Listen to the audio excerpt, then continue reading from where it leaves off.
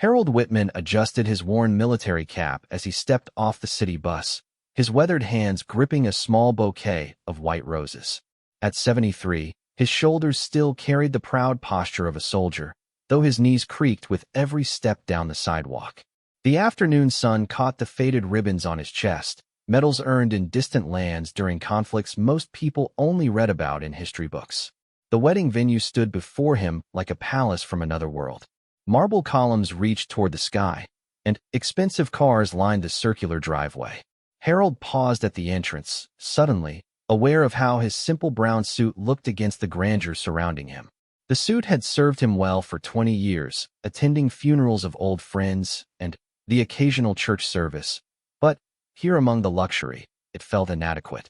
Young men in designer tuxedos brushed past him without a glance, their conversations filled with stock options and vacation homes in places Harold had never heard of.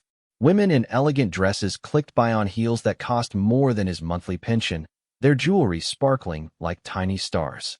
Harold tightened his grip on the roses and walked toward the entrance, determined to fulfill his promise. The story had begun 3 months earlier when Harold first met Emma Rodriguez. She was sitting alone on a bench in Riverside Park, tears streaming down her face as she clutched a crumpled envelope. Harold had been feeding the pigeons, as he did every Tuesday morning, when he noticed the young woman's distress. Something in her posture reminded him of his own daughter, Sarah, who had passed away 5 years earlier from cancer. "Miss, are you all right?" Harold had asked gently, approaching with the careful respect he showed to all young people. Emma looked up with red eyes, startled by the kindness in the stranger's voice.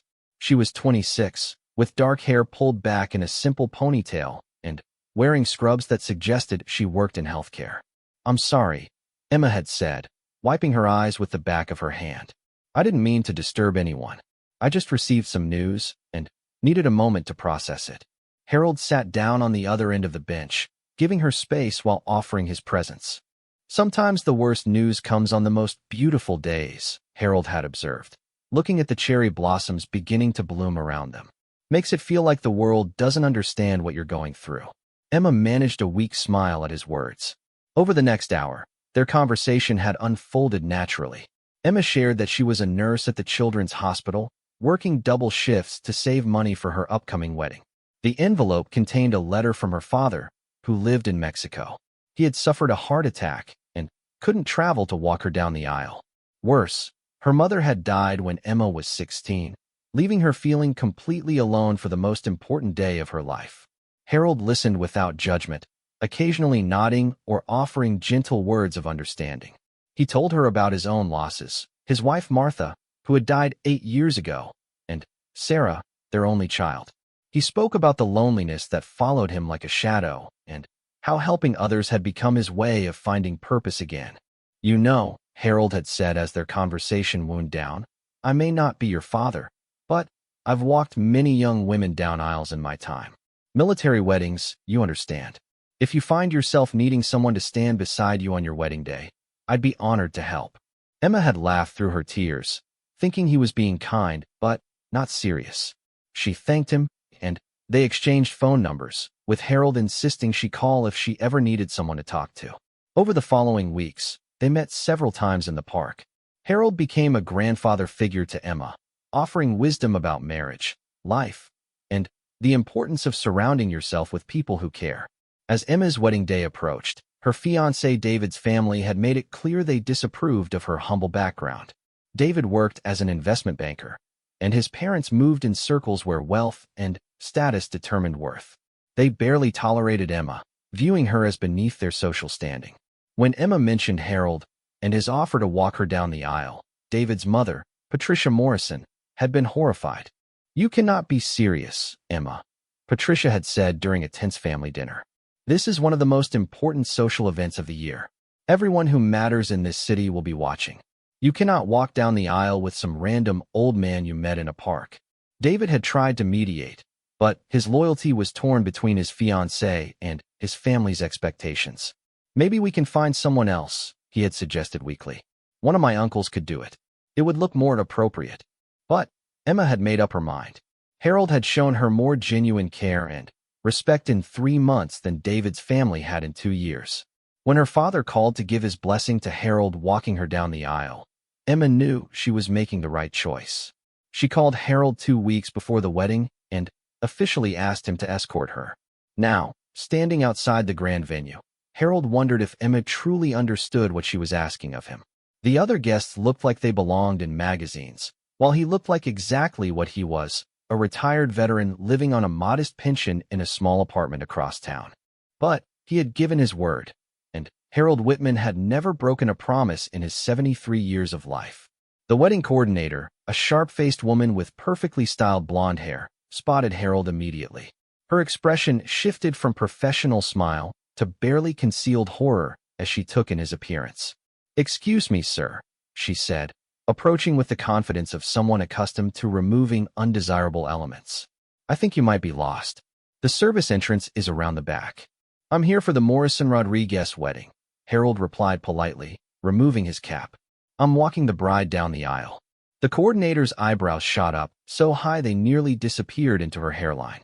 "I'm sorry, there must be some mistake," she said, her voice dripping with condescension. "The bride's escort is supposed to be." She consulted her clipboard frantically. "Oh my goodness, you're the part person, aren't you?" She said it like she was identifying a disease. Harold simply nodded, maintaining his dignified composure despite the woman's obvious disdain. Around them, other guests had begun to notice the commotion. Whispers started to spread like ripples on a pond. Well-dressed couples turned to stare, their faces mixing curiosity with barely disguised judgment. "This is highly irregular," the coordinator continued, her voice rising slightly. "I'm going to have to speak with the groom's family immediately. This cannot proceed as planned." She hurried away, her heels clicking urgently on the marble floor. Harold stood alone in the growing crowd of wedding guests, feeling their stares like physical weight. He heard fragments of conversations around him. "Who is that old man? Why is he dressed like that? This is embarrassing. Someone should call security." A group of young men in expensive suits had gathered near the champagne table, their voices carrying clearly across the foyer. "Look at this guy," one of them said loudly enough for Harold to hear. "Did he get lost on his way to the VA hospital?" The others laughed, emboldened by their leader's cruelty. "Maybe he's here to ask for donations," another added. "Should we tell him the homeless shelter is downtown?" More laughter followed, each word designed to cut and humiliate. Harold felt his face warm with embarrassment, but he stood straighter, drawing on decades of military bearing. He had faced enemy fire and hostile crowds in foreign countries. He could handle a group of overprivileged young men who mistook wealth for worth. Patricia Morrison appeared like a storm cloud, her silver dress rustling with indignation as she approached Harold. Her husband Richard followed behind, his face red with anger. "This is absolutely unacceptable," Patricia announced loudly enough for nearby guests to hear clearly. "I don't know what kind of game Emma thinks she's playing, but this charade ends now." "Ma'am," Harold began respectfully, but Patricia cut him off with a wave of her manicured hand. "Don't you dare speak to me," she snapped. "I don't know what kind of scam you're running, but you will not make a mockery of my son's wedding day. Richard, call security immediately." Her voice carried the authority of someone accustomed to getting her way through intimidation and social pressure. Richard Morrison stepped forward, his expensive cologne mixing with the scent of his barely controlled rage. "Listen, old man," he said in a low, threatening voice. "I don't know what Emma promised you, but whatever it was, it's not happening. Take whatever money she gave you and disappear before this becomes a bigger problem than it already is." Harold looked at both parents calmly, his hands still holding the white roses. "I'm not here for money," he said quietly. "I'm here because a young woman asked me to walk her down the aisle on the most important day of her life. I gave her my word, and I intend to keep it." The crowd around them had grown larger, with guests openly staring at the confrontation unfolding in the elegant foyer. Cell phones appeared, ready to capture whatever drama was about to unfold. Harold could feel the weight of their judgment, but he also felt something else, the same strength that had carried him through battles and personal losses. Patricia's face twisted with disgust. "Your word?" she said mockingly. "What possible value could your word have to anyone here? Look around you, old man. This is a celebration of success, of achievement, of people who matter. You don't belong in this world, and everyone here knows it." The words hit their target, and Harold felt a moment of doubt creep into his mind. Maybe she was right. Maybe he was fooling himself to think he could fit into Emma's special day. Maybe his presence would only bring embarrassment and regret. But then he thought of Emma crying on the park bench, of her stories about working extra shifts to save money for this day, of her father's blessing given from his hospital bed in Mexico. He thought of his promise and the trust she had placed in him. Harold straightened his shoulders and looked Patricia Morrison directly in the eyes. "Ma'am," he said with quiet dignity, "I've fought for this country, buried my wife and daughter, and lived through more heartbreak than most people see in a lifetime. But I've never broken a promise to someone who needed me. I'm not starting today."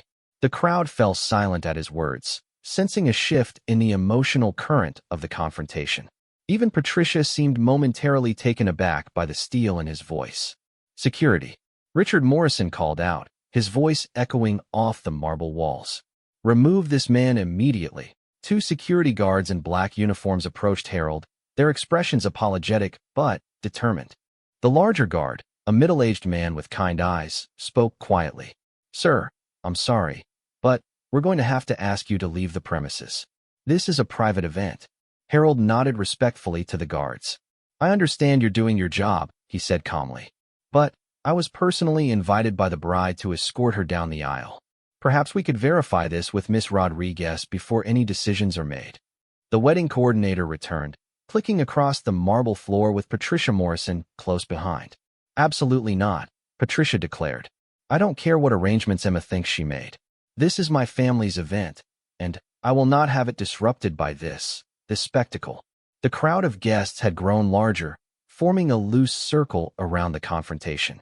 Their whispered comments created a buzzing sound that filled the elegant foyer.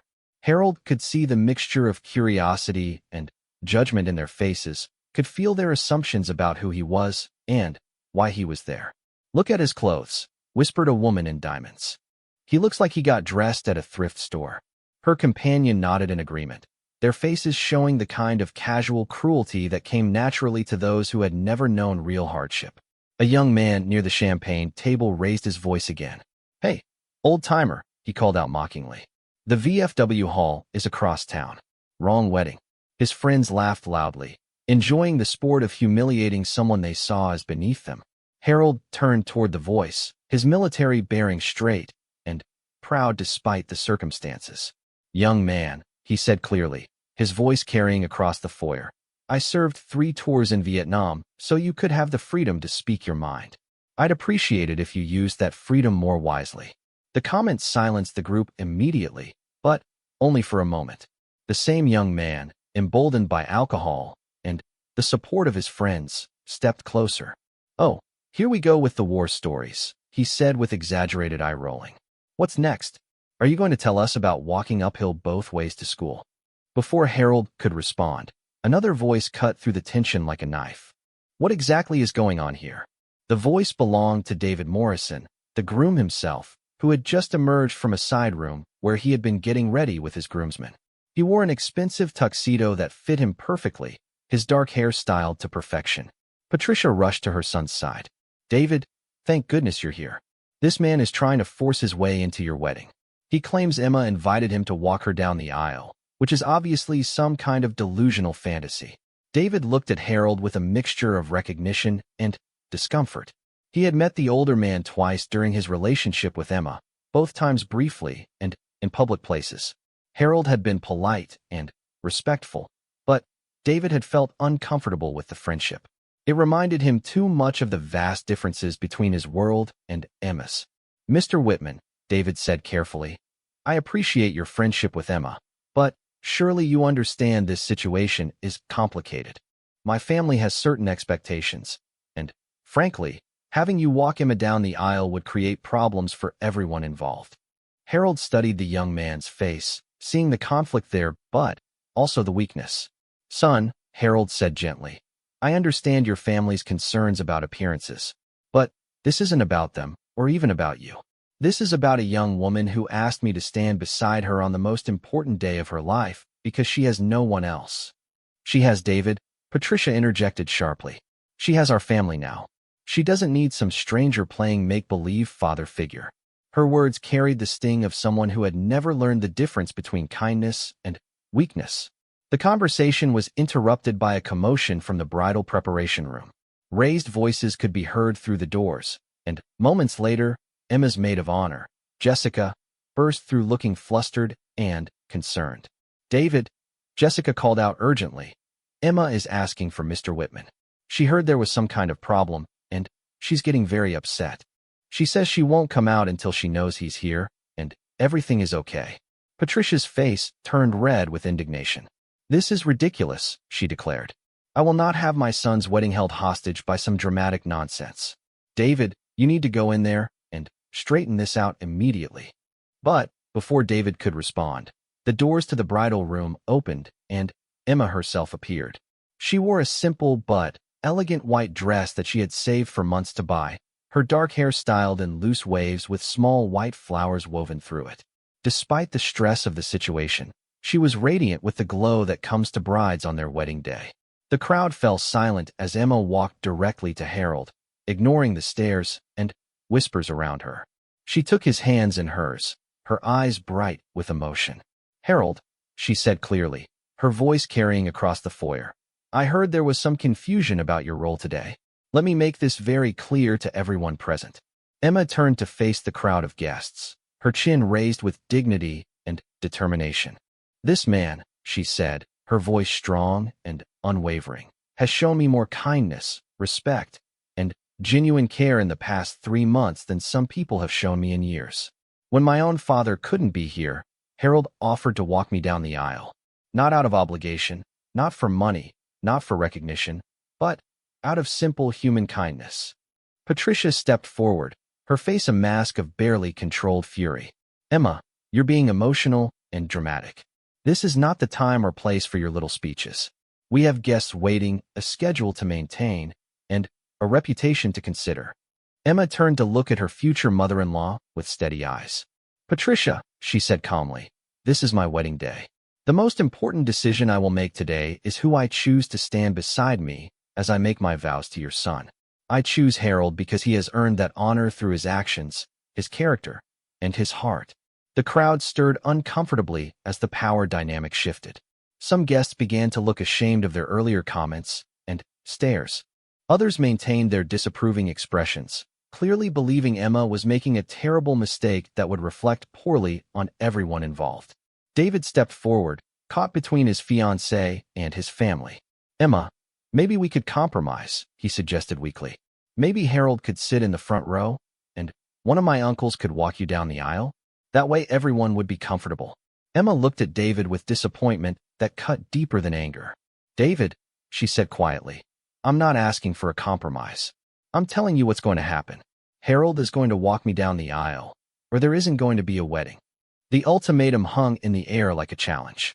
Patricia gasped audibly. Richard's face turned purple with rage, and David looked like he wanted to disappear entirely. The guests buzzed with excitement, sensing that this wedding was about to become the social event of the year for all the wrong reasons. Harold, who had remained silent during this exchange, finally spoke. "Emma," he said gently, "I don't want to be the cause of problems between you and David's family. If my presence here is causing this much distress, maybe I should step aside. Your happiness is more important than my feelings." Emma squeezed his hands tighter. "Harold, your presence here isn't the problem. The problem is people who judge others based on their clothes, their money, or their social status instead of their character. I will not start my marriage by abandoning someone who has been nothing but good to me." A new voice entered the conversation from the back of the crowd. "Excuse me, is there a Harold Whitman here?" The speaker was a tall, distinguished man in his 50s wearing a perfectly tailored military dress uniform. His bearing was unmistakably that of a high-ranking officer, and his chest displayed an impressive array of medals and ribbons. The crowd parted as the military officer approached. Harold's eyes widened in recognition and surprise. "Colonel Martinez," he said uncertainly, "what are you doing here?"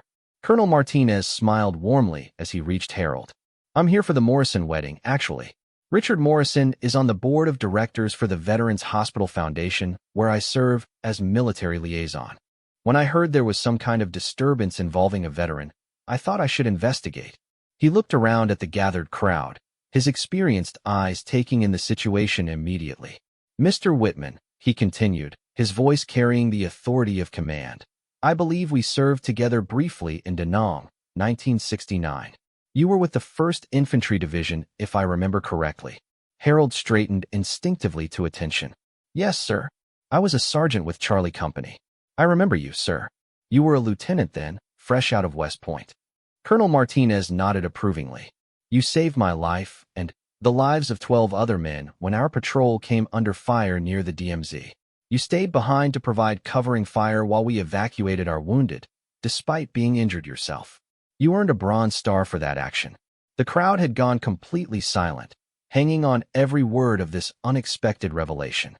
Patricia and Richard Morrison looked stunned, their faces reflecting the dawning realization that they might have badly misjudged the situation.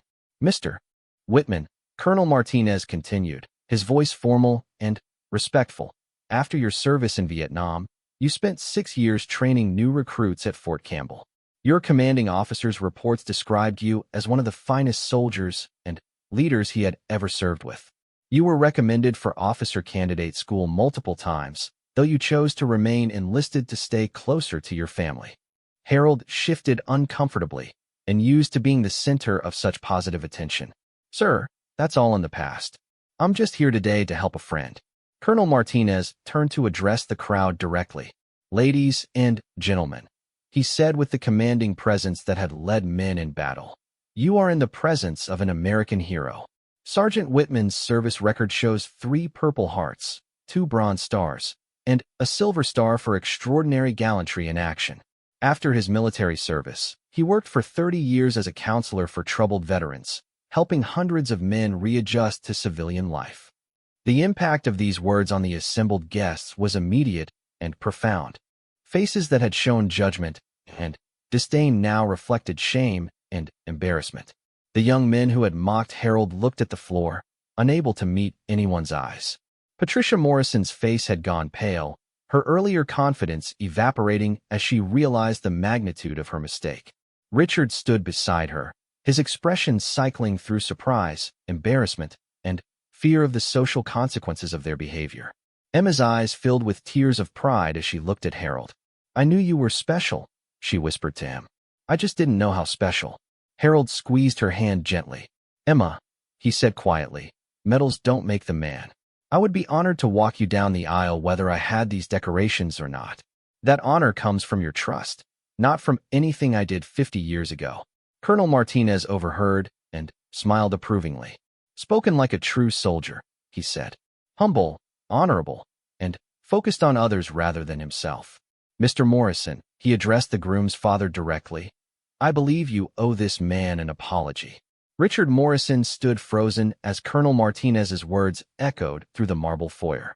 The weight of expectation from the crowd, the presence of a decorated military officer, and the dawning realization of his family's terrible behavior created a perfect storm of social pressure.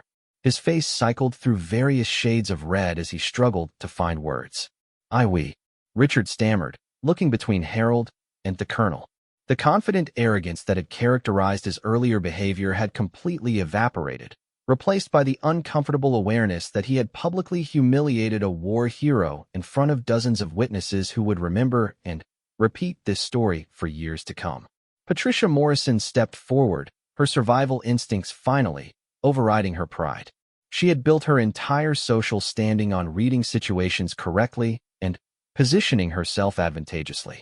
The presence of Colonel Martinez and the revelation of Harold's military service had shifted the social dynamics completely, and she was experienced enough to recognize when retreat was the only viable option. Mr. Whitman, Patricia said, her voice carefully modulated to convey respect she clearly didn't feel. I owe you a sincere apology. We were not aware of your distinguished service record, and we reacted poorly to an unfamiliar situation. Please accept our regrets for any misunderstanding. Harold looked at her steadily, recognizing the calculated nature of her apology, but also understanding the difficulty it represented for someone of her nature. Ma'am, he replied with quiet dignity, I accept your apology. We all make judgments based on incomplete information sometimes. The crowd began to disperse slightly, the immediate crisis apparently resolved, but the tension in the air remained thick. Guests whispered among themselves, processing what they had witnessed and adjusting their own positions based on the new information. Several people who had been openly hostile or dismissive now approached Harold with sheepish expressions and awkward attempts at conversation. Emma watched all of this with a mixture of satisfaction and sadness. She was glad that Harold was finally receiving the respect he deserved, but she was deeply disappointed that it had taken a military officer's testimony to achieve it. In her mind, Harold's character and kindness should have been enough to earn basic human decency from the wedding guests. David Morrison found himself in the most difficult position of all. As the groom, he was supposed to be the center of attention on this day, but the confrontation had shifted focus entirely away from him. More importantly, he was facing the uncomfortable realization that his fiancée possessed a strength of character that he lacked. When forced to choose between social acceptance and doing what was right, Emma had chosen correctly while he had wavered. "Emma," David said quietly, taking her aside, "I'm sorry. I should have supported you from the beginning instead of trying to find a compromise. Harold is clearly a remarkable man, and I was too worried about what other people would think." Emma studied her fiancé's face, seeing genuine remorse there, but also recognizing that this moment had revealed something important about their relationship dynamics. "David," she said carefully, "I need to know that you'll stand with me when difficult decisions arise in our marriage. Today was a test, and you almost failed it." The conversation between the bride and groom was interrupted by the wedding coordinator, who approached with renewed enthusiasm now that the situation had been resolved in a socially acceptable manner. "Miss Rodriguez," she said with professional brightness, "we should really begin preparing for the ceremony. The schedule has been delayed, and we have quite a few distinguished guests waiting." Harold stepped forward, his earlier embarrassment replaced by calm confidence. "Ma'am," he addressed the coordinator, "what do I need to know about walking the bride down the aisle? I want to make sure I do this properly." The coordinator's entire demeanor had transformed. Where earlier she had treated Harold like an unwanted intruder, she now spoke to him with exaggerated respect. "Of course, Mr. Whitman. It would be my honor to brief you on the processional. The ceremony will begin with the wedding party entering first, followed by you and Miss Rodriguez." As the coordinator explained the logistics, Colonel Martinez remained nearby, clearly intending to stay and witness the ceremony. His presence served as a powerful reminder to the other guests that Harold was not just accepted but honored. Several wedding guests approached the colonel, eager to be associated with someone who clearly held Harold in such high regard. Meanwhile, the young men who had earlier mocked Harold found themselves in an increasingly uncomfortable position. Their earlier comments had been overheard by multiple guests, and they now faced social consequences for their behavior. The one who had been most vocal, a junior investment banker named Brad, approached Harold with obvious reluctance. "Mr. Whitman," Brad said, his voice lacking its earlier confidence, "I owe you an apology for my comments earlier. They were inappropriate and disrespectful." "I'm sorry." Harold looked at the young man thoughtfully. "Son," he said gently, "I've been insulted by experts. Your words stung because they were meant to, but they say more about you than they do about me. The question now is what you're going to do with this experience." Brad nodded uncomfortably and retreated to his friends, who had been watching the exchange with obvious anxiety about their own social standing. The incident had served as a stark reminder that appearances could be deceiving and that respect should be earned through character rather than assumed through privilege. Emma's maid of honor, Jessica, approached Harold with genuine warmth. "Mr. Whitman," she said, "Emma has told me so much about your friendship. Thank you for being here for her today, and for standing up to all of that nonsense with such grace." Harold smiled at the young woman. "Jessica, isn't it? Emma speaks of you often. Thank you for being such a good friend to her. Having people who truly care about you is more valuable than any amount of money or status." As the final preparations for the ceremony began, Harold found himself in the quiet bridal preparation room with Emma for a few private moments. She was making final adjustments to her dress and checking her appearance in the mirror, but her hands were shaking slightly from the emotional intensity of the earlier confrontation. "Emma," Harold said softly, Are you all right? That was quite an ordeal out there. If you need more time before the ceremony, I'm sure everyone would understand. Emma turned to face him, her eyes bright with unshed tears. Harold, I need to thank you. Not just for being here today, but for showing me what real strength looks like. When you stood up to all those people, when you maintained your dignity despite their cruelty, you taught me something important about who I want to be. Harold shook his head gently. Emma, you taught me something too. When you stood up for me, when you were willing to cancel your own wedding rather than abandon a friend, you showed courage that most people never develop in a lifetime. Your parents would be very proud of the woman you've become. The emotion of the moment was interrupted by a soft knock on the door. Jessica entered to announce that everything was ready for the ceremony to begin. The guests had taken their seats, the wedding party was in position, and the moment Emma had dreamed of for months was finally at hand. Harold offered Emma his arm with formal courtesy. Miss Rodriguez, he said with gentle humor, are you ready to become Mrs. Morrison? Emma took his arm with a smile that transformed her entire face. Harold, she said, I've never been more ready for anything in my life. And I can't imagine having anyone else beside me for this walk. Together, they moved toward the doors that led to the main ceremony space. Harold could hear the wedding march beginning to play, could sense the hundreds of guests rising to their feet in anticipation. The earlier confrontation had added an extra layer of significance to this moment, transforming it from a simple wedding tradition into a statement about values, character, and the kind of relationships that truly matter. As they paused at the entrance to the aisle, Harold squeezed Emma's arm gently. Remember, he whispered, this walk is about moving toward your future with David, not away from your past. Keep your eyes on him, and on the life you're building together. Emma nodded, taking a deep breath as the doors opened to reveal the spectacular ceremony space.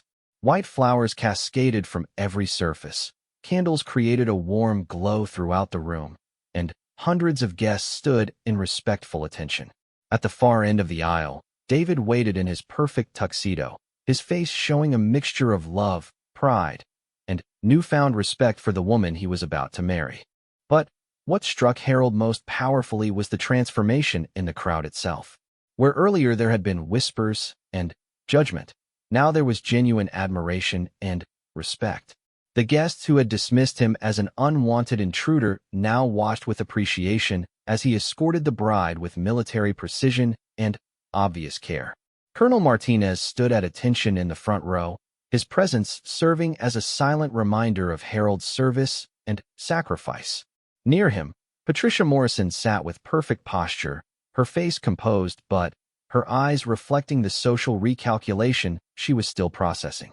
As Harold and Emma began their slow, measured walk down the aisle, conversations from earlier in the day echoed in his mind. He thought about the young men who had mocked his appearance, the wedding coordinator who had tried to have him removed, and the parents who had questioned his worthiness to participate in their son's special day. But mostly, he thought about Emma's courage in standing up for what she believed was right, even when it meant confronting people who held power over her social and economic future. Her willingness to risk her own happiness to protect a friend had transformed what should have been a humiliating experience into a moment of profound dignity and meaning. The walk down the aisle took only a few minutes, but for Harold it felt like a lifetime of validation. Every step represented a small victory over the prejudice and assumptions that had characterized the earlier confrontation. By the time they reached the altar, he felt not like a charity case or an unwanted guest, but like exactly what he was, a man of honor escorting a remarkable woman to the most important moment of her life. As Harold and Emma reached the altar, the minister smiled warmly at them both. Reverend Thompson was an elderly man himself, someone who understood the significance of Harold's presence beyond the earlier drama. "Who gives this woman to be married?" he asked in the traditional manner. Harold straightened to his full height, his voice clear and strong. "I do," he said simply. "And her father, calling from Mexico, gives his blessing as well." He turned to Emma, took her hand gently, and placed it in David's. "Take good care of her, son," he said quietly. "She's something special." David nodded solemnly, meeting Harold's eyes with newfound respect. "I will, sir. I promise." As Harold took his seat in the front row next to Colonel Martinez, he felt a profound sense of completion. The moment he had promised Emma 3 months ago in Riverside Park had finally arrived, and despite all the obstacles and humiliation, he had kept his word. The ceremony that followed was beautiful and meaningful. Emma and David exchanged vows they had written themselves, promising to support each other through all of life's challenges and to build a marriage based on love, respect, and mutual understanding. When they were pronounced husband and wife and shared their first kiss as a married couple, the entire room erupted in applause and celebration. But what happened next surprised everyone, including Harold himself. As the recessional music began and the new couple started their walk back down the aisle, Emma stopped beside Harold's row. Instead of walking past with her new husband, she leaned down and embraced Harold tightly. "Thank you," she whispered in his ear, her voice thick with emotion. "Not just for today, but for everything. You gave me the strength to know my own worth." The moment was captured by several wedding photographers and would become one of Emma's most treasured images from her special day. David joined the embrace, shaking Harold's hand firmly. "Mr. Whitman," he said, "I hope you'll stay for the reception. Emma and I would be honored to have you as our guest." Harold smiled, feeling welcomed in a way he hadn't experienced in years. "I'd be delighted to stay, son. Thank you." As the wedding party and guests moved toward the reception hall, Harold found himself surrounded by people who had earlier dismissed or ignored him. The transformation was remarkable and somewhat amusing. Guests who had whispered cruel comments now approached with invitations to join their tables. People who had questioned his presence now wanted to hear his stories and learn about his military service. Colonel Martinez stayed close to Harold throughout the transition, partly out of genuine friendship and partly as protection against the sudden flood of attention. "Harold," he said with amusement, "you've gone from persona non grata to guest of honor in the space of 2 hours. How does it feel?" Harold chuckled softly. "Colonel, I've learned that people's opinions can change faster than the weather when new information becomes available. The trick is not to take either the praise or the criticism too seriously." The reception hall was as elegant as the ceremony space, with round tables decorated with white flowers and crystal. A live band played soft jazz music while guests enjoyed cocktails and hors d'oeuvres. Harold was seated at the head table with the wedding party, an honor that would have been unthinkable just hours earlier. During dinner, Emma stood to give a speech that surprised everyone, including her new husband. "David, and I want to thank everyone for being here to celebrate this special day with us," she began. "Marriage is about many things, but most importantly, it's about standing by the people you love when they need you most." She paused, her eyes finding Harold in the crowd. "Today, someone stood by me when I needed it most."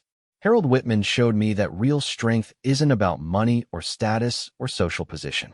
Real strength is about doing what's right, even when it's difficult, even when you're standing alone. The room fell silent as Emma's words carried to every corner. "Harold walked me down the aisle today not because he had to, not because it was expected, but because he had given his word to a friend. In a world where people often break promises for convenience, Harold kept his promise despite facing ridicule and judgment." Emma's voice grew stronger as she continued. "I learned something important today. The people who judge you based on your appearance or your bank account aren't the people whose opinions matter. What matters is character, kindness, and loyalty. Harold has all of these qualities in abundance." She raised her champagne glass. "So I want to propose a toast to Harold Whitman, who taught me that the most important thing you can give someone isn't money or gifts or status. The most important thing you can give someone is your word, and the determination to keep it no matter what obstacles you face." The entire room stood and raised their glasses. "To Harold," they said in unison, and Harold felt tears forming in his eyes. In 73 years of life, he had never received such public recognition or felt such profound acceptance. After dinner, as the dancing began, Harold found himself sitting at his table watching the celebration with deep contentment. The earlier confrontation felt like it had happened weeks ago rather than hours. The same people who had questioned his presence now treated him with genuine warmth and respect. Brad, the young man who had mocked Harold most cruelly, approached the table with obvious nervousness. "Mr. Whitman," he said, "I wanted to speak with you again if that's all right." Harold gestured to an empty chair. "Of course, son. Please sit down." Brad sat carefully, struggling to find the right words. Sir, I've been thinking about what happened earlier, and I realized that my behavior was inexcusable. It wasn't just rude or inappropriate. It was cruel. I made fun of someone I didn't know based on assumptions that were completely wrong. Harold listened patiently as the young man continued. My grandfather served in Korea, and he always told me that a man's character was more important than his circumstances. I forgot that lesson today, and I'm ashamed of myself. Brad, Harold said gently, we all make mistakes. The measure of a person isn't whether they stumble, but whether they learn from it and do better next time. The fact that you're here having this conversation tells me you're going to be just fine. The conversation was interrupted by the band leader's announcement.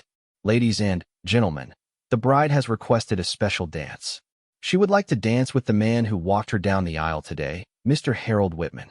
Emma appeared beside Harold's table, radiant in her wedding dress, extending her hand with a smile that could have lit up the entire room.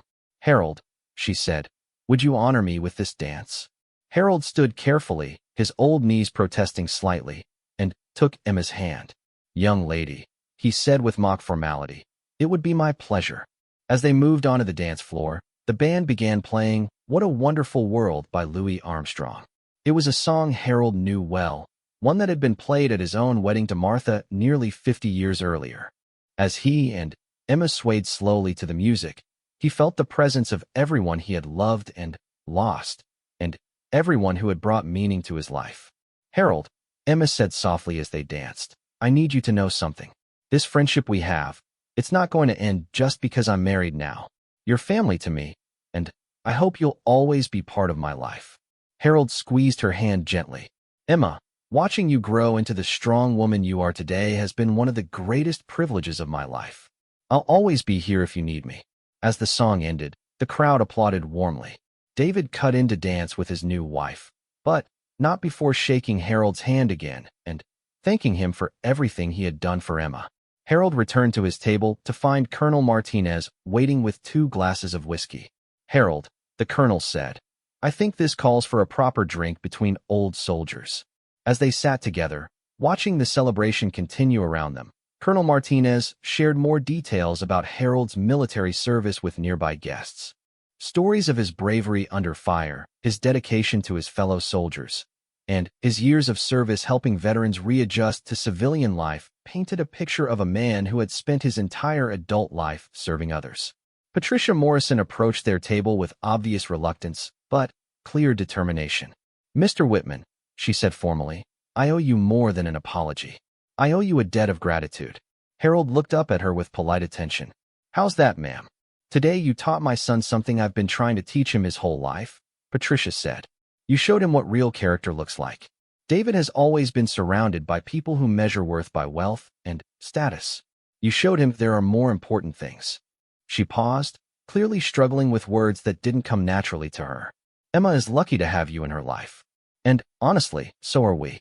Thank you for being the kind of man who keeps his promises. As the evening wound down, Harold prepared to leave. Emma and David insisted on having their driver take him home, an offer he accepted gracefully. As he said goodbye to the couple, Emma pressed a small wrapped gift into his hands. Don't open it now, she said. Wait until you get home. It's just a little something to remember today by. Harold nodded, tucking the gift carefully into his jacket pocket. Emma, I don't need anything to remember today.